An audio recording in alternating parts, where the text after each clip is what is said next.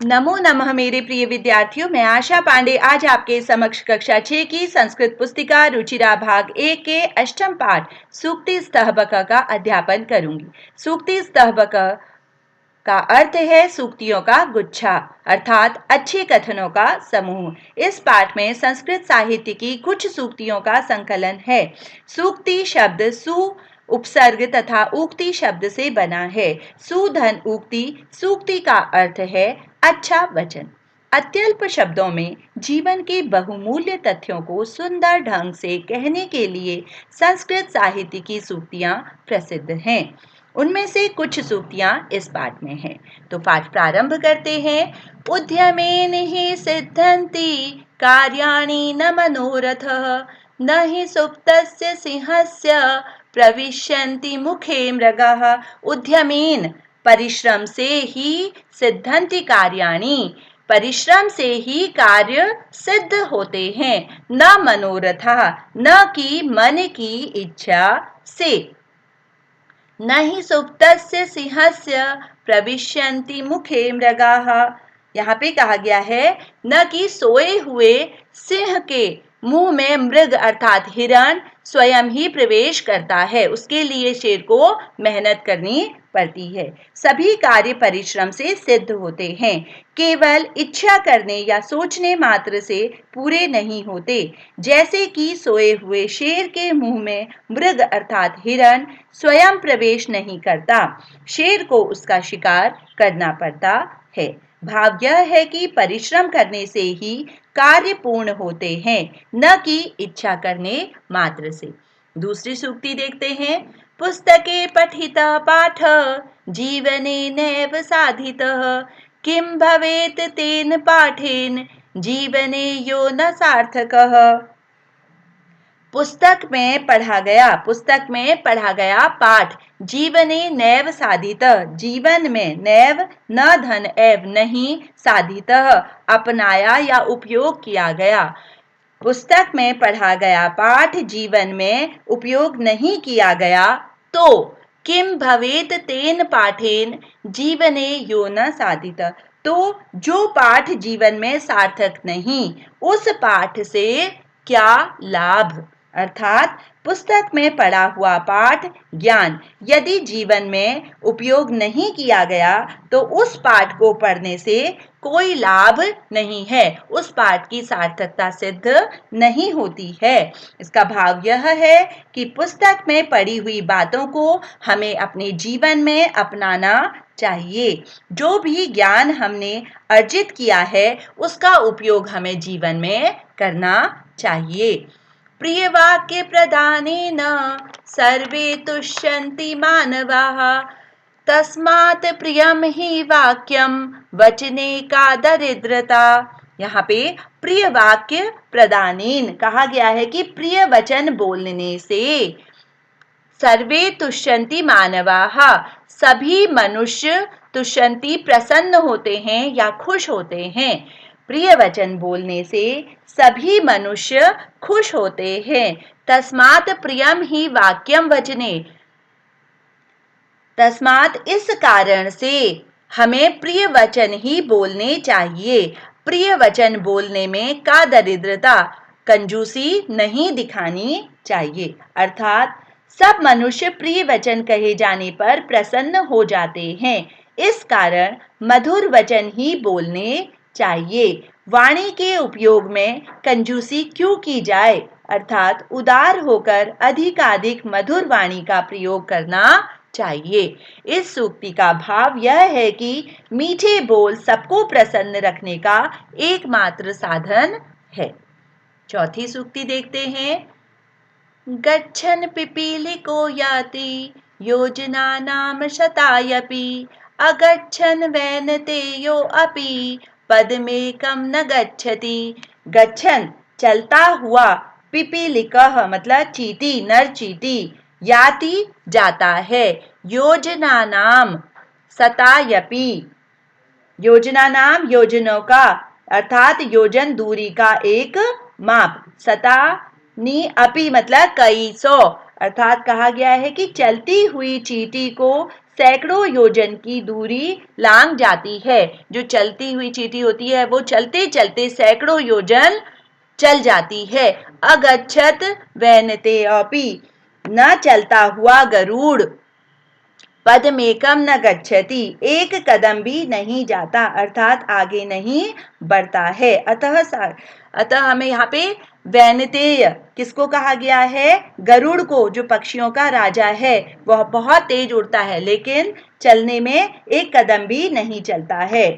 तो कहा गया है कि सदा हमें आगे बढ़ते रहना चाहिए।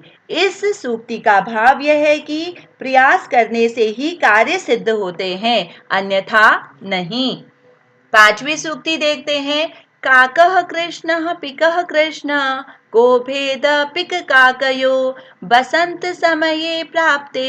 काकः काकः पिकः पिकः, काकः मतलब कौवा, कृष्णः काला, कौवा काला होता है।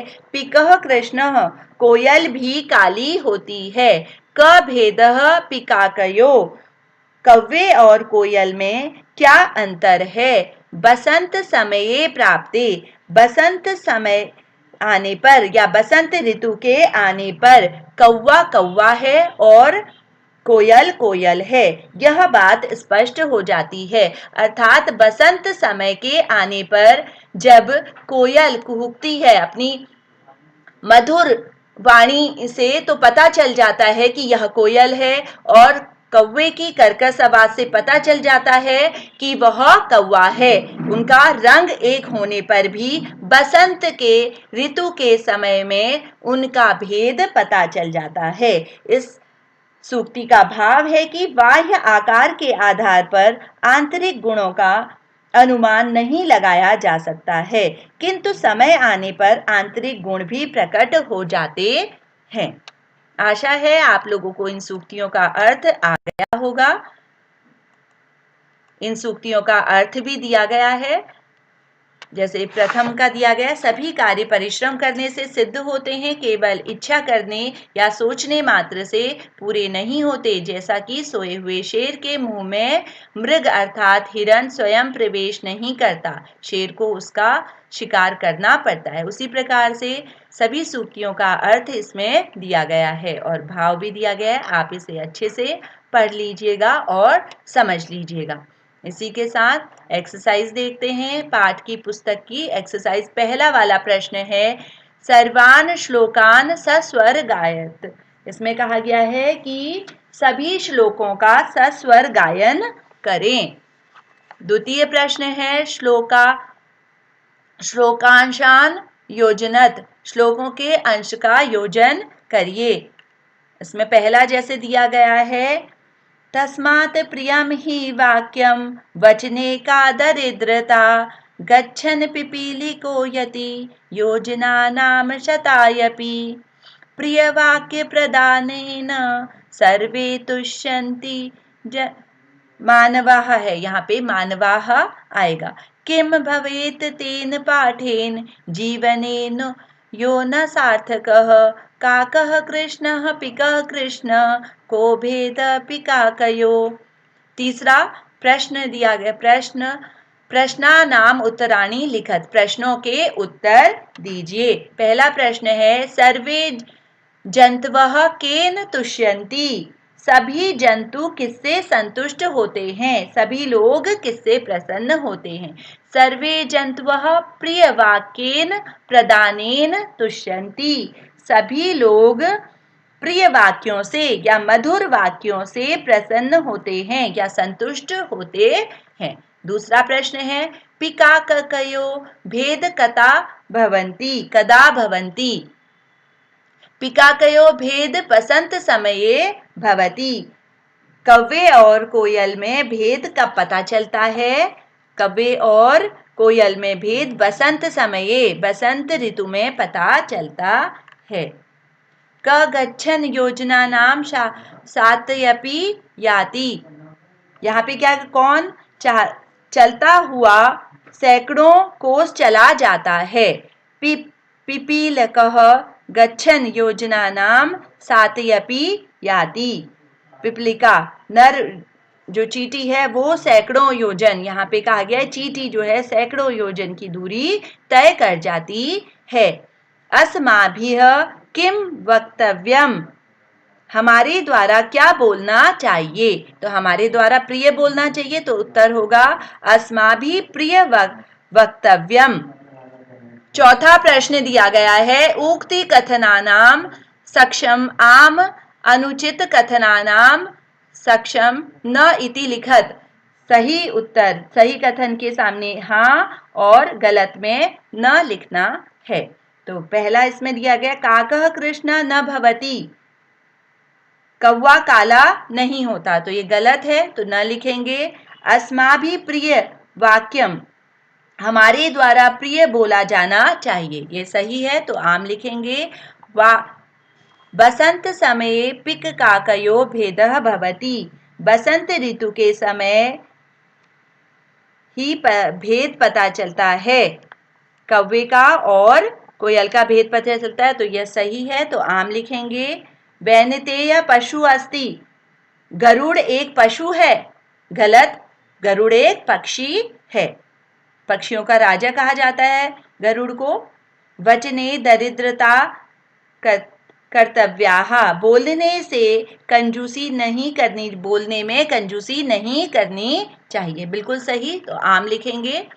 पांचवा प्रश्न है मंजूषात समानार्थकानि पदानि चित्वा लिखत। मंजूषा अर्थात इस पेटिका में जो समानार्थक शब्द दिए गए हैं उनको चुनकर लिखना है। तो पहला है वचने, का आएगा कथने। द्वितीय वैनतेय गरुड़, पुस्तके ग्रंथे, रवे सूर्यस्य, पिकः कोकिलः अर्थात कोयल। छठा प्रश्न है कि विलोम पदानि योजयत अर्थात विलोम पदों का मेल कीजिए। तो विलोम पदों का है सार्थक का निरर्थक, सार्थक मतलब उपयोगी, निरर्थक अनुपयोगी। कृष्ण काला, श्वेत सफेद। अनुक्तम न कहा हुआ, उक्तम कहा हुआ। गच्छति जाता हुआ और आगच्छति आता हुआ।